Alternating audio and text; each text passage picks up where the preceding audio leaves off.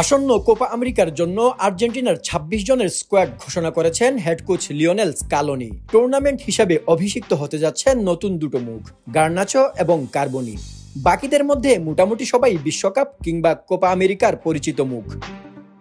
কার্বনির কথা আলাদা করে বলতে হয়, মানুষ যে তার স্বপ্নের সমান বড় সেটাই যেন দেখিয়ে দিলেন কার্বনি। ২০২৬ সালে সামাজিক যোগাযোগ মাধ্যমে নিচের ছবিটি পোস্ট করেছিলেন ভ্যালেন্টিন কার্বনি।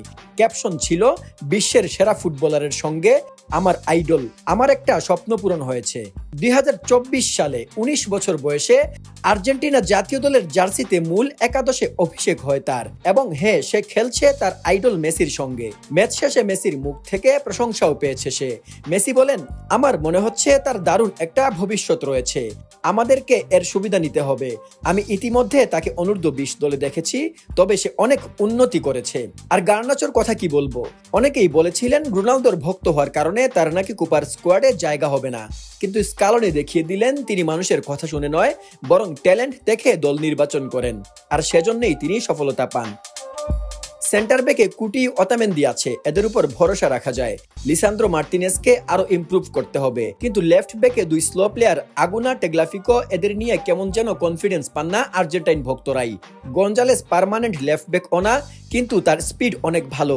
মোটামুটি দল একদম পারফেক্টই বলা যায়, তবে লাউতারো আর আলভারেজের ফিনিশিং আরো ভালো করতে হবে। আলভারেজ সিটিতে বেঞ্চে বসে থেকে এখন সেভাবে পজিশন মেক করতে পারছেন না, তবে দিবালার জায়গা না হওয়াতে অনেক আর্জেন্টাইন ভক্তকে নাখোশ হতে দেখা গেছে। কিন্তু এখানে স্কালোনির কি করার আছে? ২৬ বিশ্বকাপের আর মাত্র ২ বছরও নেই। আর্জেন্টিনার পাইপলাইনে যেসব প্লেয়ার রয়েছে তারা এখনই খেলার যোগ্য না হলে পরে ১-২ ম্যাচে কিভাবে টিম কম্বিনেশন ঠিক করা হবে?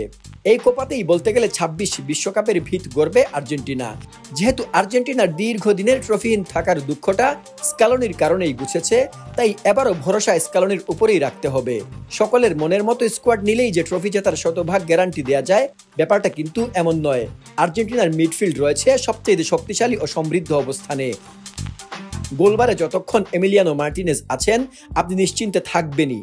ফরওয়ার্ডে চমৎকার সব ফায়ার প্যাক আছে, ডিফেন্সিভ ইউনিটটা সে তুলনায় একটু পিছিয়ে থাকবে। তিনটা দিকই খুব কম জাতীয় দলের শক্তিশালী হয়, তাই এইটুক শঙ্কা নিয়ে খেলা দেখতে হবে। বাকিটা স্কালোনির বুদ্ধিমত্তা ও দূরদর্শিতার উপর ছেড়ে দেই। আর মেসি, ডিমারিয়ার শেষ সময়ের জাদুতে মন্ত্রমুগ্ধের মতো তাকিয়ে থেকে উপভোগ করি এই খেলা। মনে রাখবেন, এই দলে একজন জাদুকর আছেন এখনো, তার নাম লিওনেল মেসি, যার উপর চোখ বন্ধ করে ভরসা করা যায়। আসুন এক নজর দেখে নেই কোপা আমেরিকার জন্য ঘোষিত পূর্ণাঙ্গ স্কোয়াডে কে কে থাকছেন। Emi, Armani, Rulli, Montiel, Molina, Pezzella, Romero, Tagliafico, Acuna, Lisandro, Quarta, Otamendi, De Paul, Rodriguez, Fernandez, Lo Celso, Mac Allister, Paredes, Palacios, Di Maria, Messi, Alvarez, Garnacho, Carboni, Lautaro, Gonzalez. কি মনে করেন, কেমন হবে এই দল?